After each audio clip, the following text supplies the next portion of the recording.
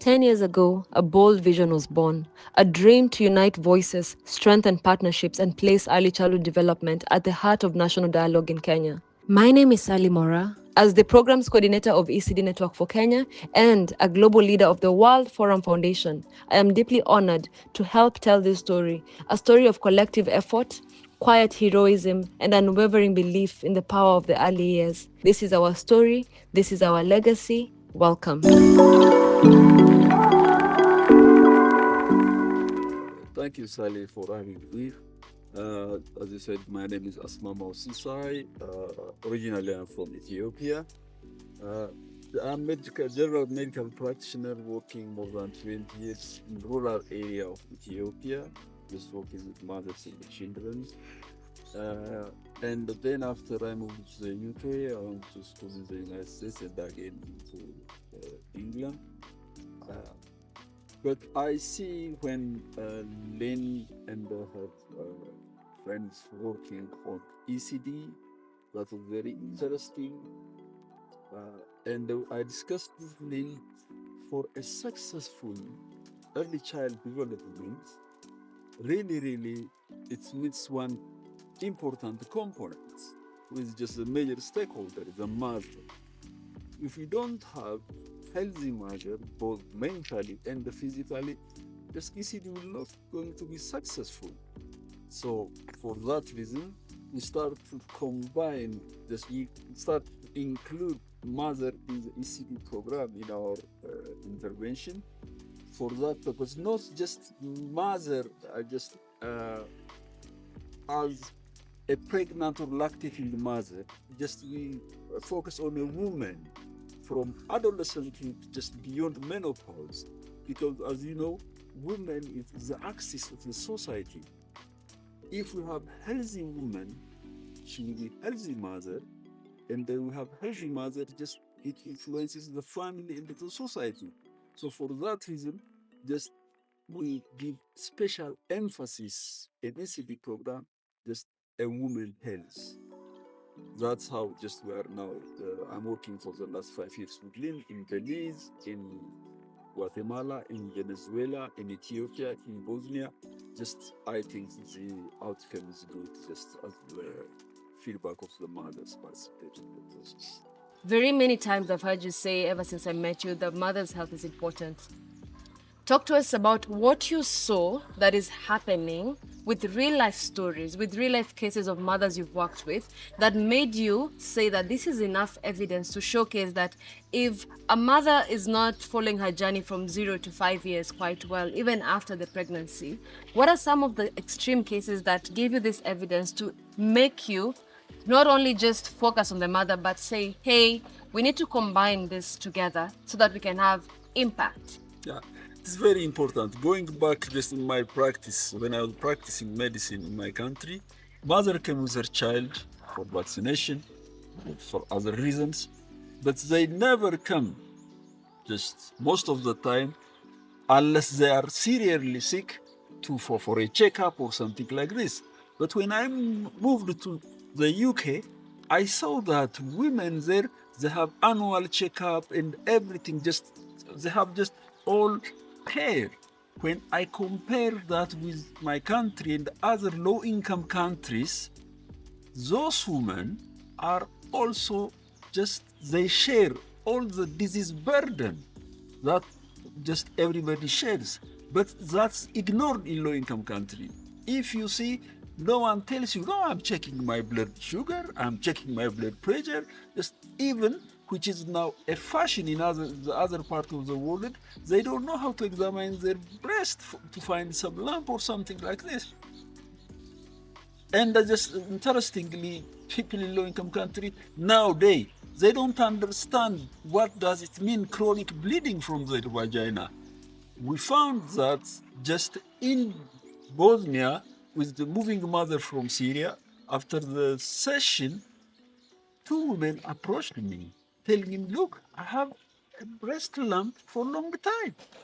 I was shocked and I discussed with Lynn. And the other mother came, I have just vaginal bleeding for a long time. Just that's shocking for me as experienced medical person. So we advised them just to take care there to attend the clinic, and not only there, went to Venezuela. We found mother just with chronic high blood pressure, and with the history of breast cancer. So imagine this is out of 20 women. If we go deep into the society, how many women are neglected like that? So that is why just each time my devotion and just my commitment is just increasing, because there are mothers there around in the two countries who needs my intervention.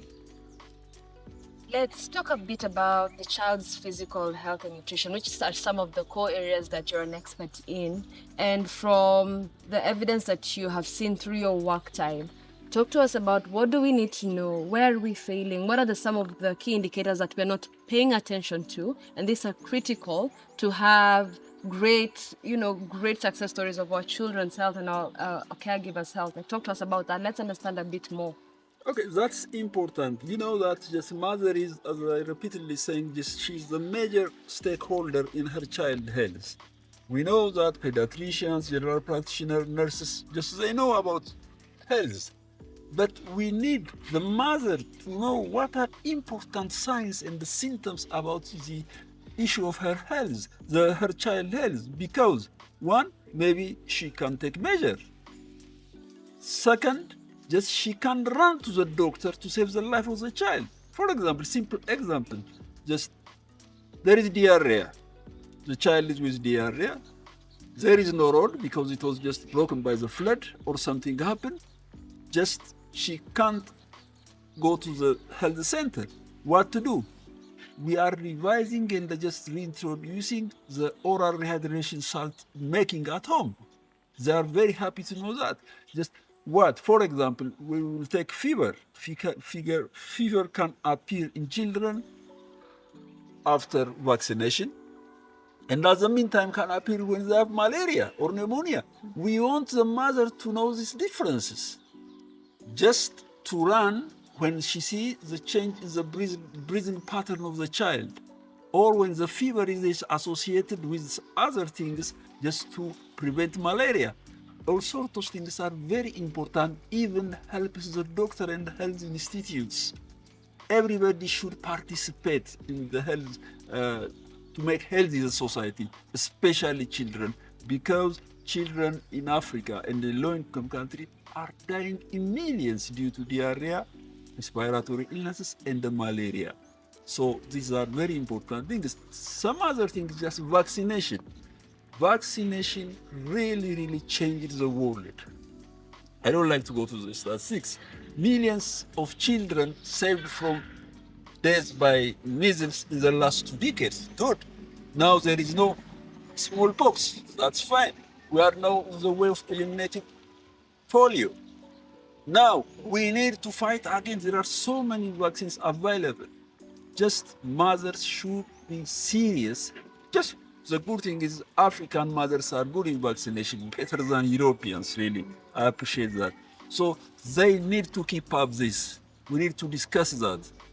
So this is why we are just making the mother to be aware and to feel she is just part of the just identifying health problems and just to take measure to keep her child healthy.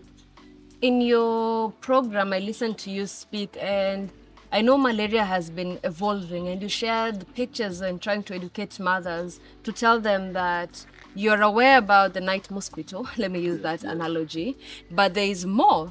There's dengue fever, there is all of these diseases that affect particularly Africans, and you're very passionate about wanting to let caregivers know what they need to look out for. Talk to us about some of the things that maybe Africans do not know about evolution in malaria, or even having symptoms that sort of look alike, but we don't speak about it more often, and we're not letting this knowledge get to the caregivers so that they can actually visit the health facilities on time. Yeah, this is very important because nowadays everybody knows just with climate change, the pattern of this diseases are just changing. Just vector-borne diseases are changing because, as you know, just the wet season followed by the dry season, just that elongate the infectious period of this parasites. So mothers need to know what happened yesterday or last year in this area, maybe change for next year. They should be alert. For example, yesterday I was talking about chikungunya, no, dengue. Mothers told me, no, that's just a Mombasa area, it's not here. No,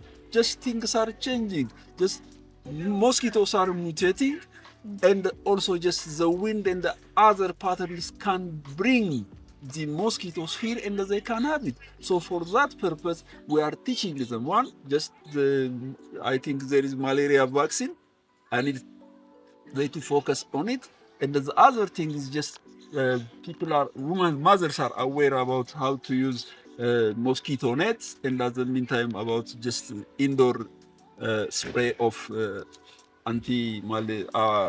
insecticides. That's very important. But at the meantime, for example, if you see the characteristic of dengue transmitting mosquito, which is Aedes aegypti, it picks people in daytime.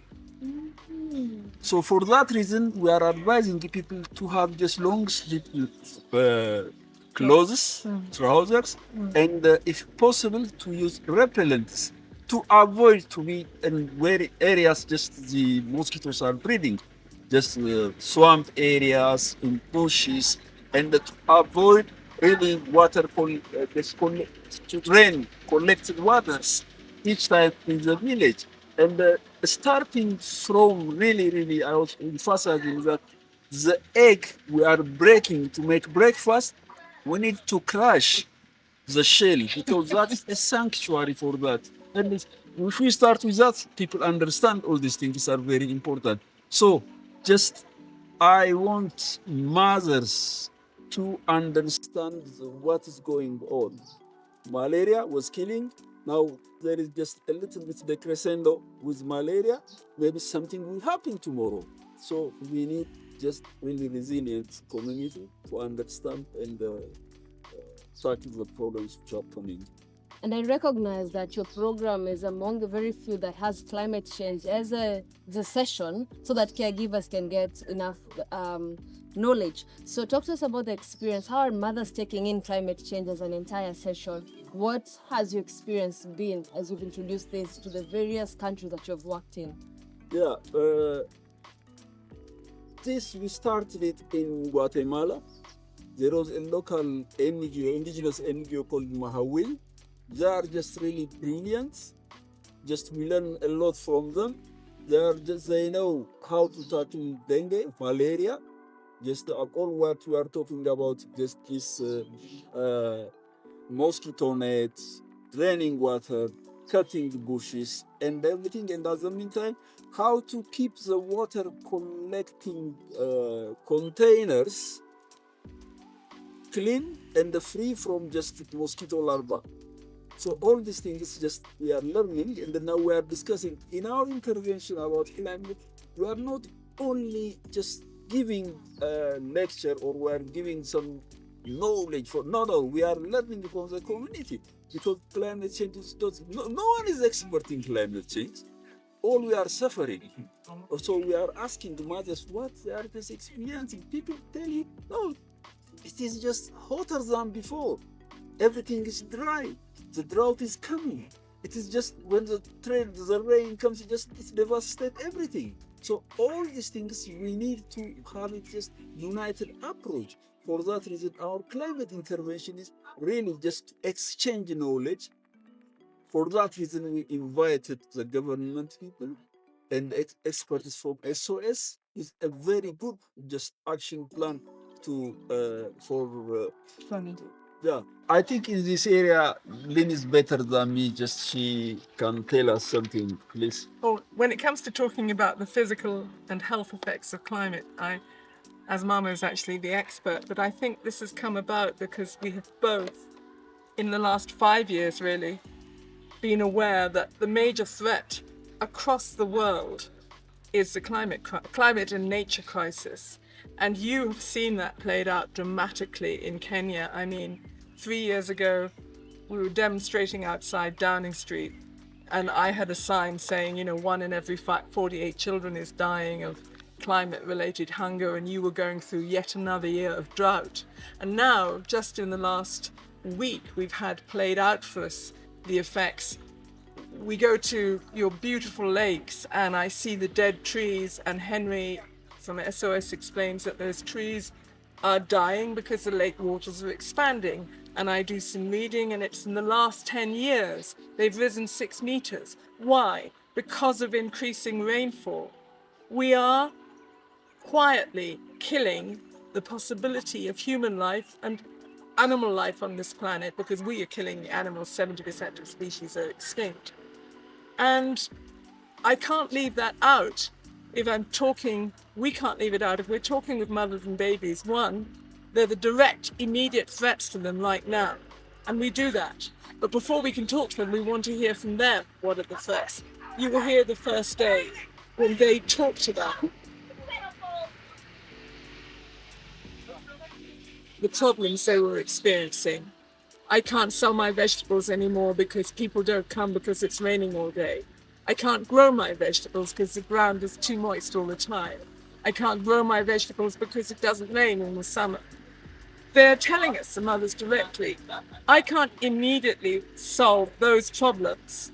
I'm going home. My political activism is obviously best directed at my own government, not just because it's best to act in your own country politically, but because my government and the rich people in northern societies, the global north as it's called, are exporting. They're killing you. My sister-in-law in Ethiopia, in 1 year, uses less carbon than if I took a short-haul flight from London to Rome, okay? That's the difference. We are exporting. First of all, we took you all to different parts of the world and turned people into slaves. And now we had an industrial revolution. And now the products of that revolution, the fossil fuel economy, is killing people first and foremost in the global south. And that's just wrong. So that really profoundly upset me. I thought, well, how can I directly at least deal with that? And I talked about it with Asmamaw, and we agreed, well, let's at least teach on these risks. And let's also, it hasn't happened here, let's have a conversation with communities about what more they can do as a community. And we were so happy to hear, for example, that SOS has already developed, as you saw yesterday, flood protection plans. Okay? The next step for me would be, how do we get to go beyond that and do something about less flooding? And we need the world to come together.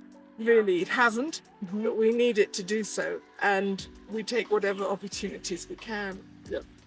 And with the mixed approach in your program and interventions, what hope do you see for the near future?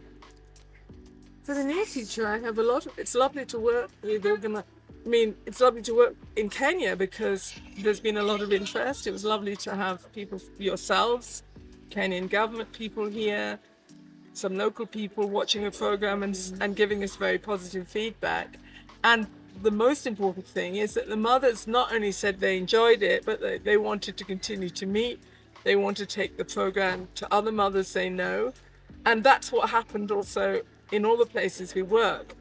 It's not going to happen so much with mothers on the move, migrant mothers, but in Venezuela, where again we were in stable communities, and Mahawil, they've asked us back repeatedly. The mothers themselves say, we love this. We're going to try and take it to our, because we do it in a very simple way. The simple messages that they've learned can easily be transmitted to neighbors and friends. I'm very happy if that's happening. So the near future I'm happy about. The longer term future requires action at a higher level, and I hope you're going to get your governments to act on this major issue. And in addition to this, just I'm hopeful because in our experience in Venezuela, there were people who are watching us and who were trained, and after we left, they start to do it. In Ethiopia, I see nutrition workers, they were attending with us, and they start to do it. So in this way, just the program is spreading, and we want that happen. That is just the idea of just our intervention. amazing. Thank you so much. I think I'm getting to learn a lot from this parting shot. And I think Dr. Asmamaw, maybe you can let me know. And Dr. Lynn, do you foresee that experts from different fields will jointly come together in the near future so that they can lead program interventions and bring, joint workforce to ensure that the sector moves together in this particular sector? I mean, the early child development sector, So What do you? I don't quite understand what you're talking about. joint expertise would be having medical practitioners. Well, that's something. For example, having a clinic at the end of the Sessions. Yeah. was excellent because the mothers because we bring up health issues, they bring up their specific health problems. We are not here as clinicians, we're not acting as clinicians, we're doing education. But it was very nice to be able to say, there's going to be a mobile medical clinic, you can take that problem there, please do. Because I did find it disturbing that a mother at the very beginning said, I'm afraid to go and get a general checkup because I'm afraid I'll get bad news and then that will cost money and I'll have to go again. Better not to know. That my idea, your idea? Yes, it is also mine. Better to know and prevent. And, I'm lucky to live in a country with a national health service where you don't have to pay for healthcare. Accessing free healthcare in this country, as I understand, is quite complicated, knowing where to go. So yeah, it is important because every sectors, especially this child development in the health area, just to contribute for this type of intervention because that will be helpful. Because if we have just leave it. If you have everybody to contribute something, that will make it just more important that it add value in it. If you have everybody to contribute something, it adds value. I think that's my takeaway from this. Everybody to contribute something. Thank you so much, Dr. Lynn, Dr. Asmamaw, for your time.